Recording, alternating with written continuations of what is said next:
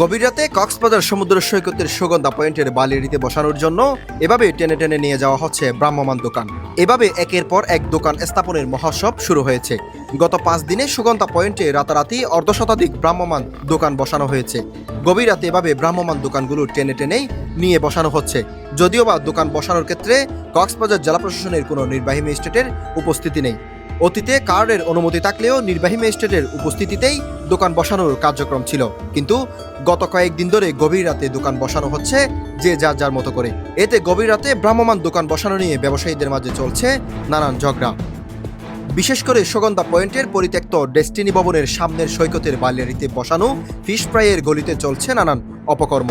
কক্সবাজার জেলা প্রশাসনের পক্ষ থেকে ফিশ ফ্রাইয়ের দোকান বসানো হয়েছিল প্রায় 28টি। মাত্র 10 দিন আগেও দুই পাশে মাত্র 28টি ফিশ ফ্রাইয়ের দোকান ছিল। বর্তমানে গভীর রাতে সেখানে বসানো হয়েছে 50টির অধিক ভ্রাম্যমাণ দোকান।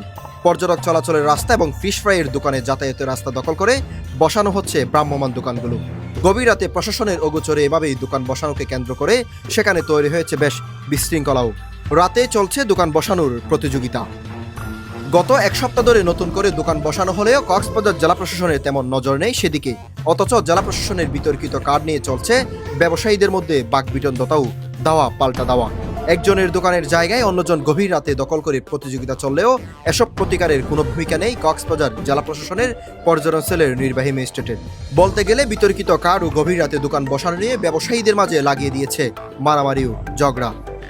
এর আগে গত কয়েক মাস আগেই আদালতের নির্দেশ অনুযায়ী সৈকতের সুগন্ধা পয়েন্টের বালিয়াড়িতে থাকা 150টি অবৈধ দোকান ও প্রতিষ্ঠান উচ্ছেদ করা হয়েছিল। তার আগের বছর ডিসেম্বর মাসে আরও একবার সুগন্ধা উচ্ছেদ অভিযান চালায় প্রশাসন। এদিকে বর্তমান সময়ে গভীর রাতে অবৈধভাবে দোকান বসানোর বিষয়ে সামাজিক যোগাযোগ মাধ্যমে তোলপাড় চলছে বেশ। অনেকেই দিচ্ছে স্ট্যাটাসও। টঙ্গরে ছবি ভিডিও ছড়িয়ে পড়ছে সামাজিক যোগাযোগ মাধ্যমে। প্রশাসনের এত অভিযানের পরও বারবার সুগন্ধা পয়েন্টে অবৈধ দোকানপাট নির্মাণের ঘটনা ঘটছে নিয়মিত। উচ্চ আদালতের আদেশ উপেক্ষা করে সুগন্ধা সৈকতের বালিয়াড়িতে অবৈধ দোকানপাট নির্মাণের কারণে পরিবেশ প্রতিবেশের ক্ষতি হচ্ছে। প্রশাসন উচ্ছেদ করলেও আবারও তৈরি হয় অবৈধ দোকানপাট। এদিকে সুগন্ধার বালিয়াড়িতে রাতারাতি দখল করে দোকানপাট স্থাপনের সিন্ডিকেট নিয়ন্ত্রণ করছেন অনেকেই। এতে জড়িত রয়েছে 5 থেকে 6 জনের একটি সিন্ডিকেট। তারা ইতিমধ্যে গোপন বৈঠক করে আরও দোকান বসানোর পরিকল্পনা হাতে নেন। গভীর রাতে সমুদ্র সৈকতের বালিয়াড়িতে দোকান বসানোর বিষয়টি বিভিন্নভাবে অবগত হন কক্সবাজারের অতিরিক্ত জেলা ম্যাজিস্ট্রেট মোহাম্মদ শাহিদুল আলম। বিষয়টি ম্যাজিস্ট্রেটের মাধ্যমে যাচাই বাছাই করার কথা জানান তিনি। এরকম একটা ইনফরমেশন আমাকে অলরেডি দেওয়া হয়েছে। আমরা দেখি আগামীকাল একটু এগুলি যাচাই বাছাই করবো। আমাদের ম্যাজিস্ট্রেট যাবে, ঠিক আছে।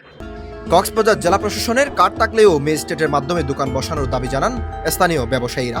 দখলবাজদের মতো গভীর রাতে দোকান বসানোর বিষয়ে জেলা প্রশাসনের রহস্যজনক ভূমিকা দেখছেন অনেকেই। Rezaul Karim Reza, voice world 24, Cox's Bazar.